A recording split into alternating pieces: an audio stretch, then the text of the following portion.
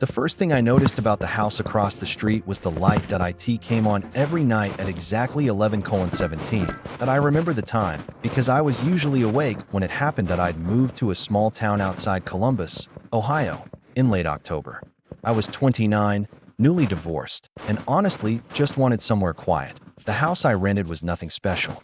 2 bedrooms, 1 bathroom, a small garage, and a narrow driveway that ran directly toward the street. Across from me was an older 2-story house with faded gray siding. IT had been empty since I moved in.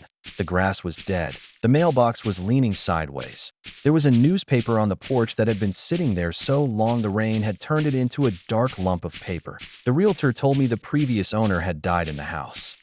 An old man named Walter Bell. Natural causes that he'd apparently lived there alone for almost 30 years that I didn't think much about it. The neighborhood was quiet, which was exactly what I wanted. The first time I saw the light, I was standing at my kitchen window washing a glass. It was 11:17 p.m. The upstairs bedroom across the street suddenly lit up.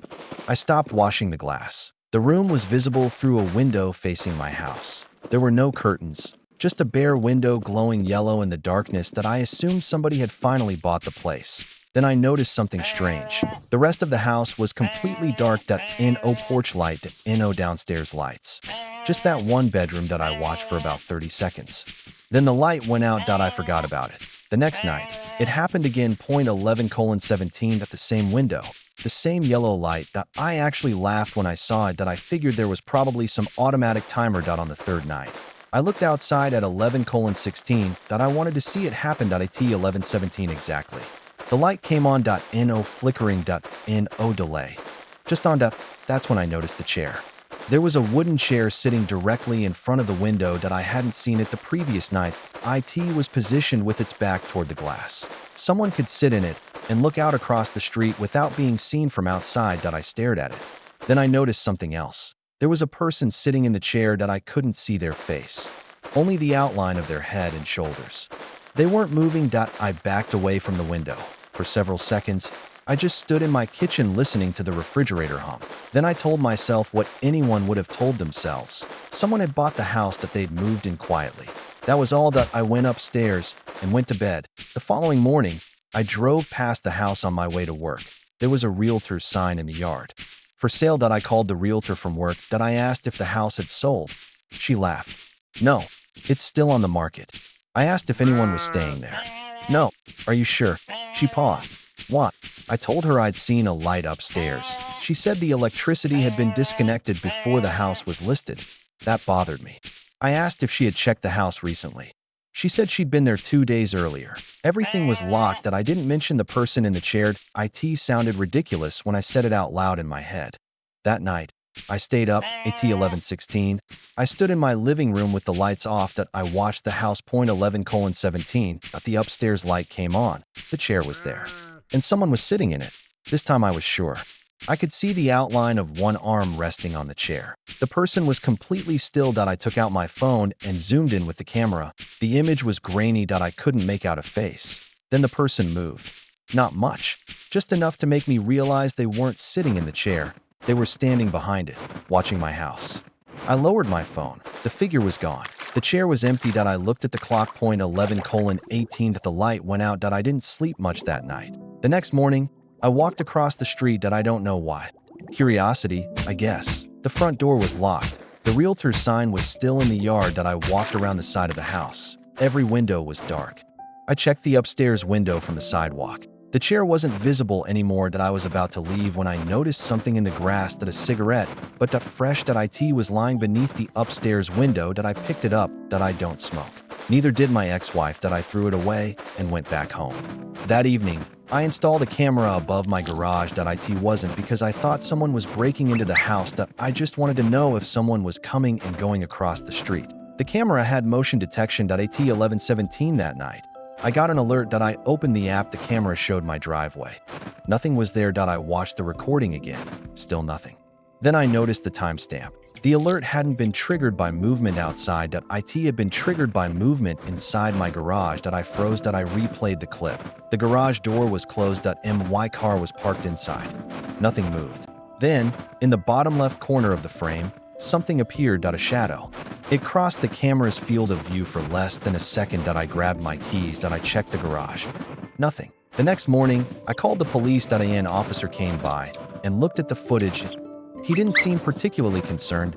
He said the camera could have picked up a reflection or an insect. I showed him the cigarette, but he shrugged. Could be a neighbor. Then he asked me something that I didn't understand at the time. How long have you lived here? About 3 weeks. He looked toward the house across the street, then back at me. Okay. What? He shook his head. Nothing. Before he left, he told me to keep the garage locked. I thanked him. That night, I didn't look across the street. I kept my curtains closed at 11:17. The light came on anyway. I could see the yellow glow through the gap between the curtains. Then I heard something. A soft knock. 3 taps. I stood completely still. It came from the front door. 3 more taps. I walked downstairs. I didn't open it. I looked through the peephole. There was nobody there. I checked the security camera. Nothing. Then my phone buzzed. A notification from the garage camera. Motion detected. I opened it. The live feed showed my garage. The door was closed. My car was there. Nothing else. Then I noticed something on the workbench. A wooden chair. I didn't own a wooden chair. I stared at the screen. The chair wasn't there yesterday. Someone had placed it inside my garage, and it was facing the wall. I walked backward from the front door. But that's when I heard the knock again. Not from the front door. From upstairs. 3 slow taps. Coming from inside my house. Before we continue with the story, let me know where you're listening from. Drop your city or country in the comments. I'd love to see how far these stories reach. And if you're enjoying the story so far, please leave a like, share it with someone who loves horror, and subscribe to the channel to support us. Every new subscriber gives us more motivation to keep creating darker, better stories for you. Now, let's get back to the story. I didn't go upstairs. I stood at the bottom of the staircase, staring into the darkness. 3 taps. Then silence. I reached for my phone and called the police again. While it rang, I heard another sound upstairs. A floorboard creaked, slowly. Then another. Someone was walking across the hallway. I whispered my address to the dispatcher. She told me to leave the house if I could do so safely. I looked at the front door. The thought of walking past the staircase made my stomach tighten. I stayed where I was. The footsteps stopped. Then I heard something slide across the floor upstairs. It sounded like a chair being dragged. I looked at the garage camera on my phone. The wooden chair was still sitting there, facing the wall. I didn't know why that detail bothered me so much. Maybe because whoever had put it there had deliberately positioned it that way. I heard another floorboard creak. This time, it was closer. I backed toward the kitchen. Then my phone buzzed. A text message. Unknown number. Don't let them see you. I stared at the message. A second one appeared. They're in the house. I didn't know who they were. I didn't have time to wonder. The police arrived less than 4 minutes later. I opened the front door and stepped outside. 2 officers entered with their weapons drawn. I waited on the sidewalk. 5 minutes passed. Then 10.1 officer came outside. There's nobody here.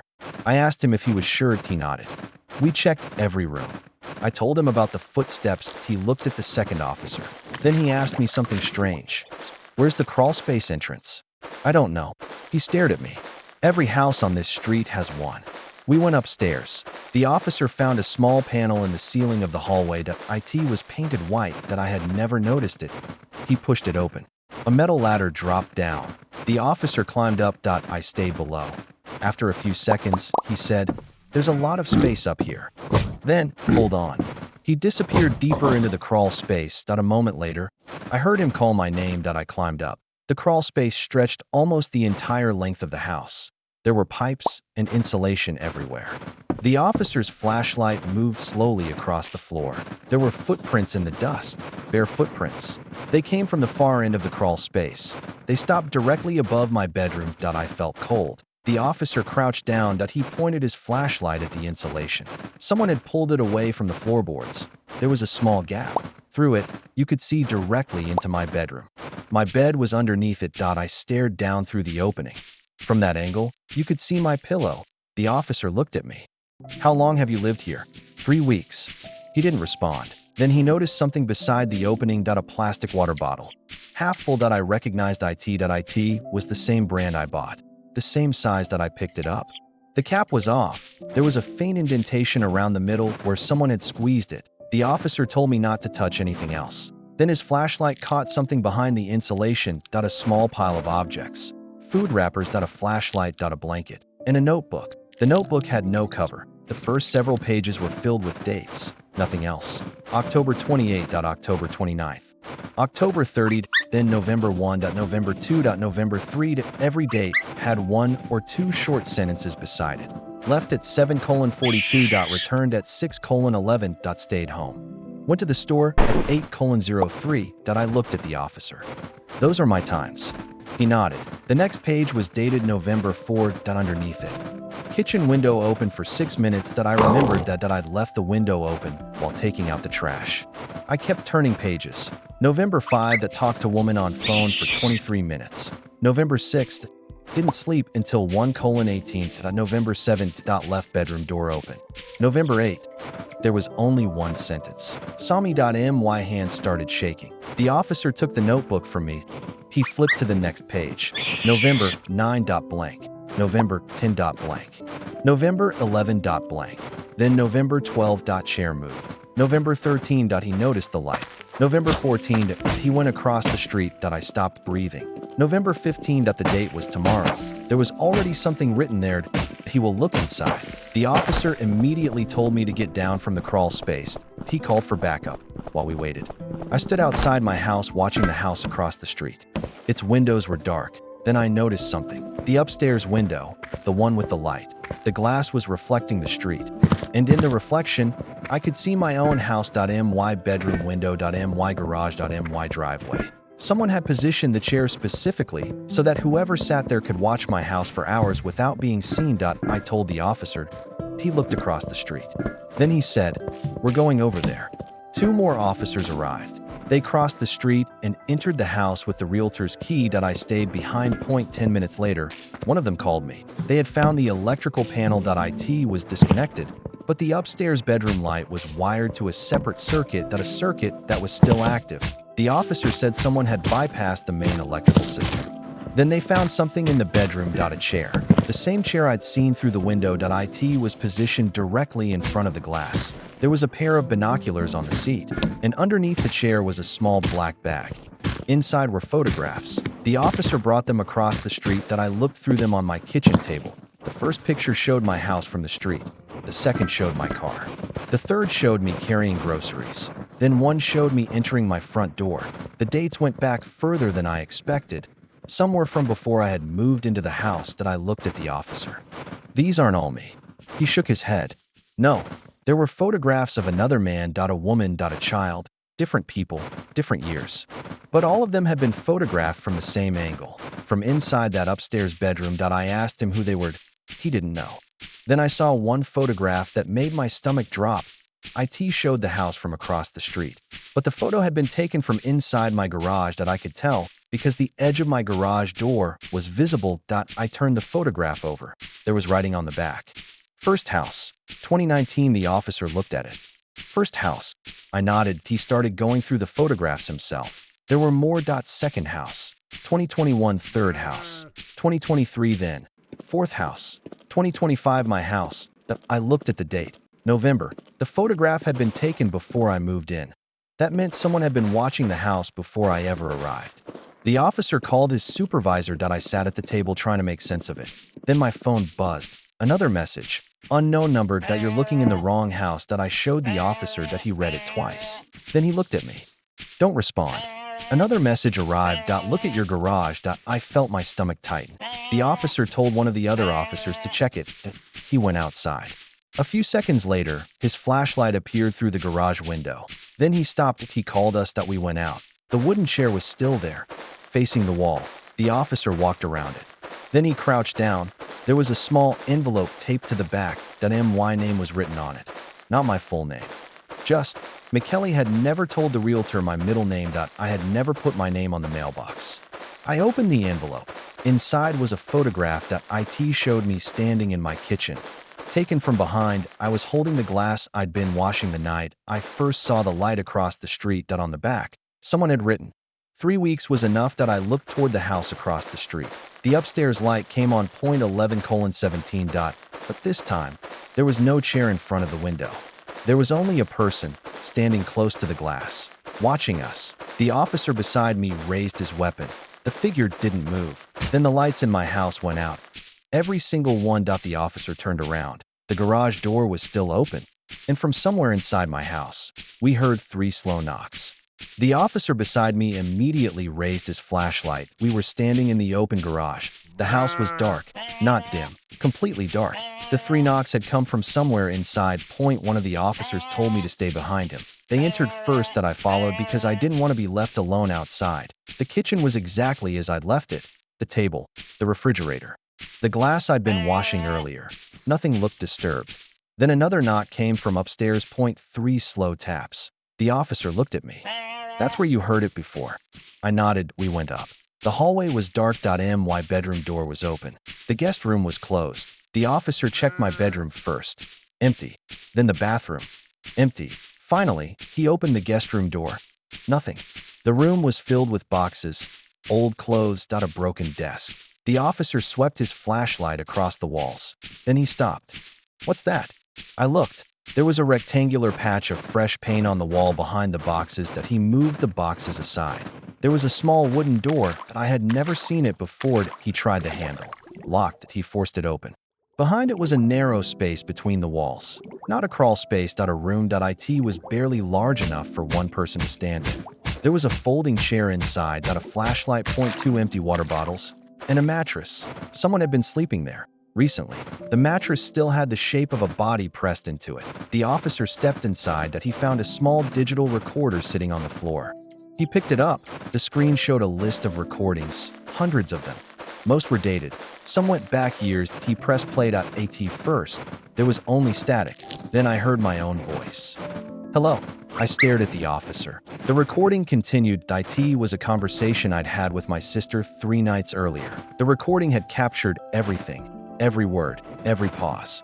Even the sound of my refrigerator in the background. The officer stopped it. Nobody spoke. Then he pressed another file. My voice again. This time, from the morning I'd called the realtor. Another recording. Me talking to the police. Another. Me sleeping. At least, that's what it sounded like. The officer shut the recorder off. He called for detectives. While we waited, I stood in the hallway trying to understand what I was looking at. Someone hadn't just been watching me. They had been recording me, and they had been doing it from inside my own house. One of the officers went downstairs. A minute later, he called out, "There's something you need to see." We went down. He was standing beside the front door. There was a small envelope on the floor. It hadn't been there before. He pointed at it. My name was written on the front. Michael. I didn't touch it. The officer opened it. Inside was a single photograph. It showed the front of my house, taken from across the street. On the back, House 4. Underneath that, "Don't make the same mistake." The detective arrived 20 minutes later. He was an older man named Harris. He listened to everything without interrupting. When we finished, he asked me one question. "Do you know the previous tenants?" "No." "Did you ever speak to them?" "No." He looked at the photographs. "We need to go back to the other houses." He spread 4 photographs across my kitchen table. The first showed a house in another neighborhood. The second showed a house about 20 miles away. The third was farther north. The fourth was mine. Each photograph had a number. 1.2.3.4. I asked what they meant. Detective Harris said the houses were connected, not by ownership, not by the same landlord, by the same pattern. Each house had been occupied by a person who lived alone. Each tenant reported unexplained activity before moving out. Lights turning on, objects being moved, sounds inside the walls, someone watching from outside. And every tenant eventually reported seeing someone in a window. I looked at him. What happened to them? 3 of them moved. And the 4th? Harris didn't answer immediately. The 4th tenant disappeared. My mouth went dry. When? 6 months ago. Was he ever found? No. He slid another photograph across the table. It showed the 3rd house. There was a man standing on the porch. The photograph was blurry, but I could see his face. Harris said his name was David. He had lived in the house for 8 months. Then he disappeared. His car was still in the driveway, Harris said. His wallet was on the kitchen counter. His phone was on the charger. Nobody saw him leave. I looked at the photograph again. Something bothered me. The house behind David looked familiar. I leaned closer. There was a window upstairs. A chair in front of it. I looked at Harris. That chair. He nodded. Same chair. I felt something cold move through my chest. So this has happened before? Yes. And you knew? We knew something was happening. Then why did you let me move in? Harris looked at me. We didn't know. Didn't know what? That you were the fourth. I didn't understand. He pointed to the photographs. The previous 3 tenants weren't random. He turned the first photograph around. On the back was a date. Then the second. Another date. Then the third. Another date that he pointed to the spacing between them. Roughly 2 years apart. I stared at the photographs, then at mine. There was a gap. Almost exactly 2 years, Harris said. Someone has been doing this for at least 7 years. I asked why he didn't know. But he had a theory. The person wasn't trying to scare the tenants away. They were studying them, watching how they reacted, testing how long they could remain unaware. And when they finally became aware, something happened. I asked him what. He looked at me. We don't know, because nobody stayed long enough to tell us. I thought about David, the 4th tenant. Harris nodded. You're number 4. I suddenly remembered the message. 3 weeks was enough. That I asked Harris what it meant. He didn't answer. Instead, he asked, have you ever been inside the house across the street? Only the upstairs bedroom. Did you see the basement? No. He looked at the other officers. Then we need to go back. We crossed the street again. This time, Harris brought a locksmith. The basement door was already unlocked. That hadn't been the case earlier. The basement smelled damp. There was an old furnace in one corner. A workbench, several shelves, nothing else. Harris searched the walls. Then he found a section where the concrete looked newer. He knocked on it. Hollow. The locksmith removed several pieces of wood covering the wall. Behind them was another narrow room. This one was much larger. There were shelves along every wall. Boxes filled them. Harris opened the first box. Inside were files. Each file had a name. He pulled one out. David R. Another. Julia M. Another. Thomas W. I recognized the names. They were the previous tenants. Harris opened David's file. Photographs, medical records, copies of his driver's license, work schedules, bank statements, notes about his habits, everything. Then he opened the next box, the one marked with my name. I didn't want to look, but I did. The file was thick, much thicker than the others. The first page contained my name. MYAGE.MY employer. MY divorce date. MY sister's name. MY work schedule. MY favorite restaurant. My usual grocery store. Even the date I had signed the lease. I looked at Harris. How long have they been watching me? He flipped through the pages, then stopped. I don't know. He showed me the first photograph. It was me standing outside my old apartment, taken nearly a year before I moved here. I stared at it. There were dozens more. Me walking to work, me getting coffee, me sitting in my car, me talking to my sister. None of them had been taken recently. Someone had been following me before I ever knew this house existed. Then I saw something at the bottom of the box. A photograph I recognized immediately. It showed me standing in front of the house across the street. Taken the morning, I first saw the cigarette in the grass. On the back was a date. The day before I moved in. Underneath it were 4 words. He has noticed US. I looked at Harris. What does that mean? He didn't respond. He was staring at the photograph. Then his expression changed. He turned it over again. There was something written underneath the first message. Something I hadn't seen. A second sentence, written in a different pen. He thinks he's house 4. Harris looked at me. You're not. Before I could ask what he meant, we heard something upstairs. A door closing. Everyone froze. The detective drew his weapon. Stay here. He and another officer went upstairs. I remained in the basement with 2 officers. We waited. A minute passed. Then 2. Then Harris shouted from above. Michael. I ran upstairs. He was standing in the upstairs bedroom. The room was empty, but the window was open. The chair was gone. Harris pointed outside. There were fresh footprints in the dirt below the window. They led toward the street. Then stopped. I looked across at my house. My front door was open. I knew it had been locked. Harris grabbed my arm. Don't go over there. My phone buzzed. I looked at the screen. Unknown number. .1 message. Now you know why we picked you. Another message arrived before I could react. That you were already being watched. Then a third. We just moved you closer. I looked at my house. The upstairs window. The dark hallway behind it. And for the first time, I understood something that made everything else seem almost harmless. The person who had been living inside my house wasn't necessarily the person watching me from across the street. There might have been more than one. And one of them had been watching me long before I ever moved to Ohio. Harris took my phone. He read the messages. Then he looked toward the road. A car was parked half a block away. engine running. Its headlights were off that we couldn't see the driver. Harris reached for his radio. The car slowly pulled away, but before it disappeared around the corner, I saw the driver's side window roll down. Someone inside raised a hand, not waving, just holding something up, a photograph. Then the car disappeared. Harris stared after it. I asked him what we'd just seen, that he didn't answer. He looked down at the photograph he'd taken from my file. Then he said, "That wasn't the person we've been looking for." He turned toward my house. That was someone who wanted us to find them. And behind us, from inside the empty house across the street, the upstairs light came on point 11:17. The light came on at 11:17. Nobody moved. Detective Harris stood in the street staring at the upstairs window.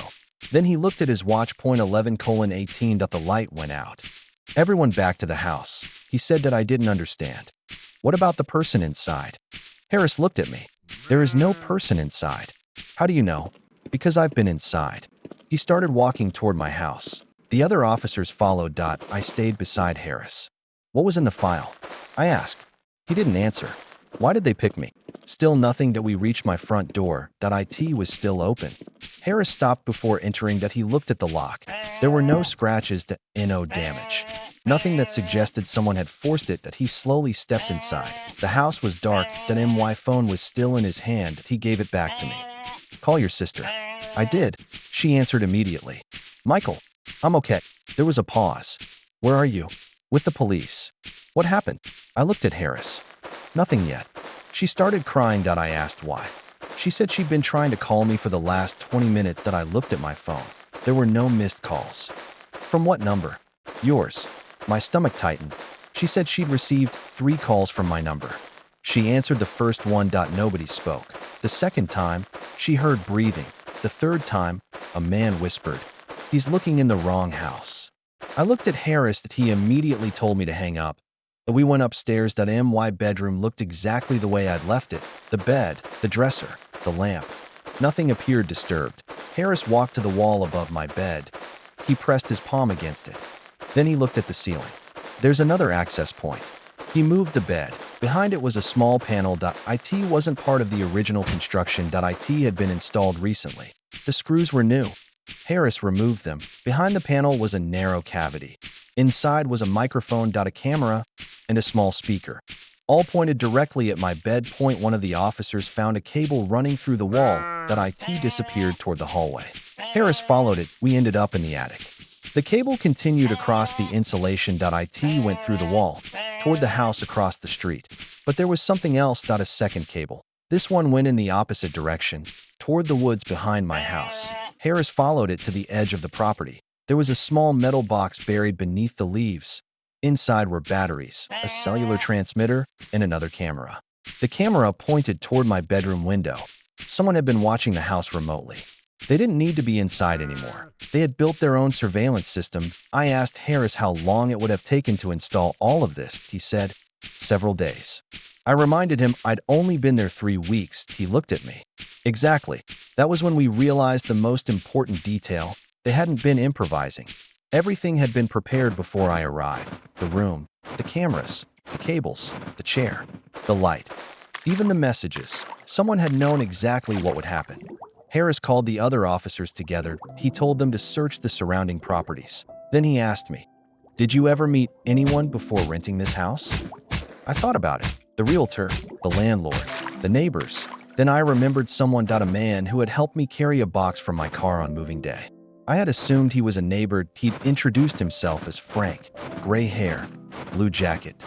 He had seemed friendly. I remembered him saying, "You're going to like it here." I told Harris. His face changed. "Did he tell you where he lived?" I shook my head. "Did he ask anything about you?" I thought for a moment he'd asked where I worked, whether I lived alone, whether I had family nearby. At the time, it had felt like normal small talk. Harris asked me what he looked like. I described him. One of the officers opened the database on his phone. A few seconds later, he looked up. There are 3 people with that description. Harris asked for the addresses. The officer read them. 1 lived 40 miles away. 1 was in another county. The third lived directly behind my house. Everyone went silent. Harris looked at me. "Stay here." They went outside. I stood in the hallway alone. I heard the front door close. Then silence. I looked toward the guest room. The door was slightly open. I hadn't noticed that before. I walked toward it. Then stopped. I remembered the message. Don't make the same mistake. I backed away. My phone vibrated. A message. Unknown number. He's not Frank. Another arrived. Frank is dead. Then. Has been for 6 months. I felt dizzy. I called Harris. He answered immediately. Where are you? In the house. Get outside. I just got a message. What message? I read them to him. There was a long pause. Then he said, Michael, listen to me carefully. His voice had changed. You need to leave the house. I moved toward the front door. Then I heard a sound behind me. The guest room door slowly opened. I turned.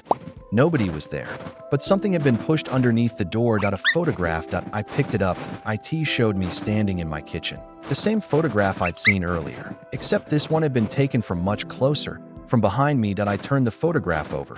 There was new writing. Look outside. I didn't. I walked straight to the front door. Harris shouted through the phone. Do not look outside. I stopped. What? Don't look through the windows.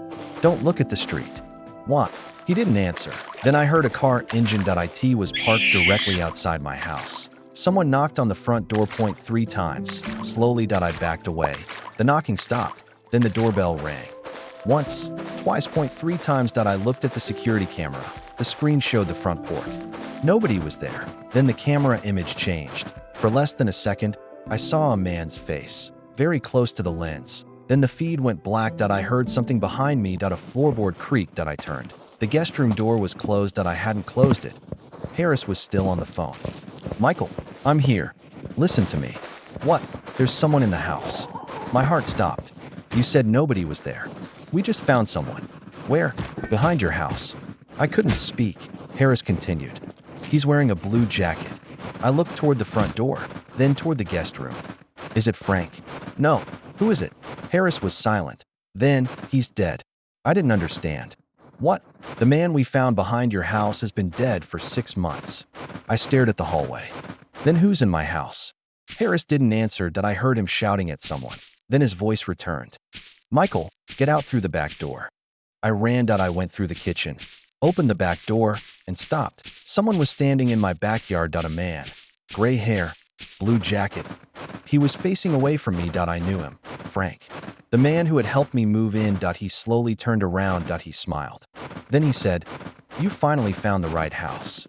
I couldn't move. He took 1 step toward me, then stopped. A police officer appeared behind him. Hands where I can see them. Frank raised his hands. Another officer tackled him. Everything happened at once. They handcuffed him, dragged him away from the house. I stood frozen in the doorway. Harris came running around the side of the house. He looked at Frank, then at me, then at the house across the street. That's him, I said. Harris shook his head. No. What? That's not the man from the photographs. I stared at him. Harris looked exhausted. He's the landlord. I felt cold. The landlord? Yes. I thought about the first day, the lease, the keys, the questions, everything. Harris said, His real name is Frank Mercer. I looked at the man in handcuffs. Mercer? Harris nodded. The same last name as the man whose fingerprints we found in your crawl space. I couldn't breathe. Daniel Mercer? His brother. I looked across the street. The house was dark. Harris continued. Daniel disappeared 3 years ago. Frank reported him missing. I stared at the upstairs window. The chair was back. Someone was sitting in it. I pointed. Harris turned. The figure stood, then stepped away from the window. Harris immediately called the officers. They crossed the street. I stayed behind. A few minutes later, they came back. Nobody was inside. Again, but this time, Harris had something in his hand. A photograph that he gave it to me. It showed 4 houses, the same 4 houses from the files. The first 3 were crossed out. That my house wasn't. Underneath it was a handwritten sentence. House 4 was never the house. That I looked at Harris. What does that mean? He didn't answer. Instead, he asked, Where did you get your driver's license? I told him. He asked where I'd lived before moving here. I told him that. He asked if I'd ever been arrested. I said no. Then he asked, Do you remember the apartment you lived in before this? Of course. Was anyone living across from you? I thought about it. They an older man. He had a wooden chair in his window. I suddenly couldn't speak. Harris watched my face. You remember. I nodded. The man across from my old apartment. The chair. The window. The light that always came on at night that I had forgotten. Because it had happened years ago, before Ohio. Before the divorce. Before I'd ever heard the name Mercer. Harris looked at me. They didn't choose this house because of you. Then why? He answered quietly. They chose you because you'd already been living in these houses. I felt sick. What? He showed me another photograph. It was me, standing outside my apartment 3 years earlier. Behind me was the same wooden chair. The same upstairs window. The same figure. Another photograph. 5 years earlier. Another house. Another chair. Another window that I had never noticed. Harris said, "You're not number 4. I stared at him. "You're number 1. Everything went quiet. For the first time, the pattern made sense. The houses weren't the important part. I was. Someone had been following me for years. The houses were simply places where they could watch me.